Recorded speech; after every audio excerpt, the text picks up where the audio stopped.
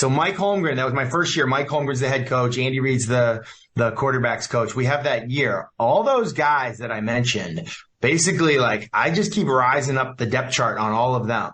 And then before I know it, it goes basically Brett Favre, Doug Peterson, and me. Everyone else is gone. And at that point, I'm like, I made it. Like, I made it. And the D coordinator, Fritz Shermer, I remember him saying to me after the final cut, he said, hey, I want you to know something that you should already know. Cuts are never final. And I kind of was like in one ear, out the other. I was like, yeah, whatever, coach, whatever. And sure enough, Rick Mirer gets cut by the Chicago Bears and has his choice of where to go. And he chooses to sort of like, I don't know, come to fertile soil for quarterbacks under Mike Holmgren and Andy Reid and Brett Favre and Doug and all this stuff. And he comes there, and now all of a sudden I'm out. I'm on the practice squad that first year. And most of my rookie year was spent playing scout team tight end during practice, blocking guys like Reggie White, running routes on guys like Leroy Butler, and then going to quarterback meetings. Like, Andy Reid came to me and he was like, hey, listen, can you play tight end? I was like, well, my dad was a tight end. I played tight end in Pop Warner. I got a good 3-point stance. And he's like, well, listen, I'm trying to fight to have you around on the practice squad. There's only 5 guys in the practice squad back then. And he's like, but there's really nothing for a 4th string quarterback to do at practice. There's nothing for a 3rd string quarterback to do at practice. So he's like, can you play scout team tight end during the week and then come to quarterback meetings? I was like, I'll do whatever you want to do. I should be paying you. You guys are paying me. Like, I'll do anything. And basically my rookie year with those guys was I would sit there. I wasn't allowed to talk. I was not allowed to talk. Like, really, no one was really allowed to talk except for Brett, Andy, Reid, Mike Holmgren. And I would sit there and I would write down all the questions that I would have. Like, when they were talking about stuff, I'd be like, oh, I wonder what that means. I wonder what this is. And then on the walk from the quarterback room to the locker room, I would ask Doug Peterson all the questions that I wanted to ask if I was allowed to talk in the meeting. So in a way, I kind of think I got Doug Peterson his start at coaching. That's like what I have told some people. But that second year, so then after that first year, Mike Holmgren goes to Seattle, takes pretty much everyone with him. Andy Reid goes to Philly, tries to take a bunch of people with him. I think a lot of people were like, I don't know if you're going to be successful. They don't go with him. And Andy was wildly successful, like super successful, which is not a surprise. He's amazing. But basically, whoever was left over there, we have Ray Rhodes come back as the head coach. Mike McCarthy is now the quarterback's coach. Like you mentioned, that offseason, they drafted Aaron Brooks really, really high. He had a lot of talent. Rick Mirer is now sticking around. Doug Peterson left and went to Philly with Andy Reid, one of the only people to go to Philly.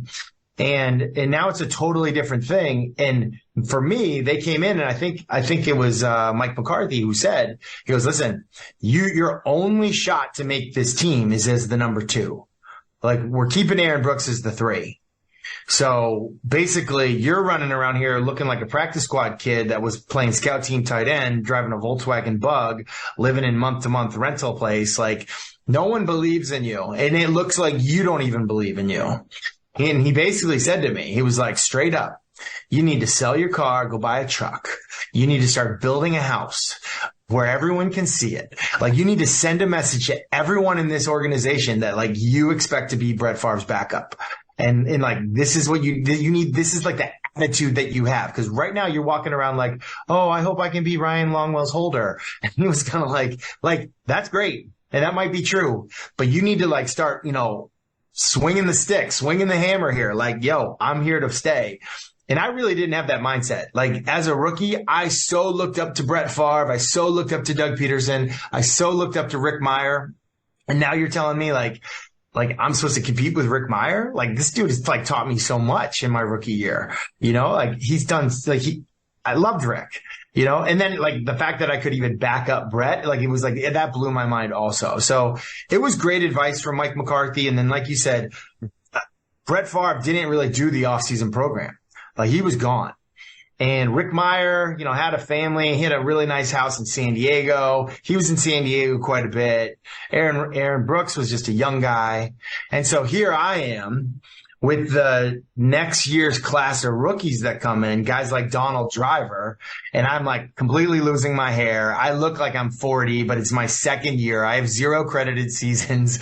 And like, I remember driving back from practice one day and Donald Driver said, and I'm like running with the ones because no one else is around. And Donald Driver's like, Hasselbeck, man. Like, what year is this for you? I was like, what year do you think this is for me? He's like, I don't know, 6, 7. I was like, nah, I was on the practice squad as a rookie last year. I just look old because I'm losing my hair.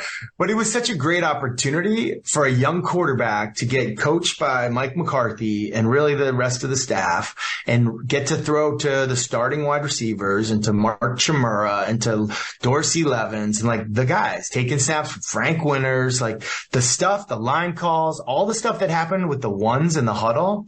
You cannot find it in the playbook. It's not in the playbook. The playbook will say, oh, the center's going to say 52's the mic. We're going to go Lenny 54.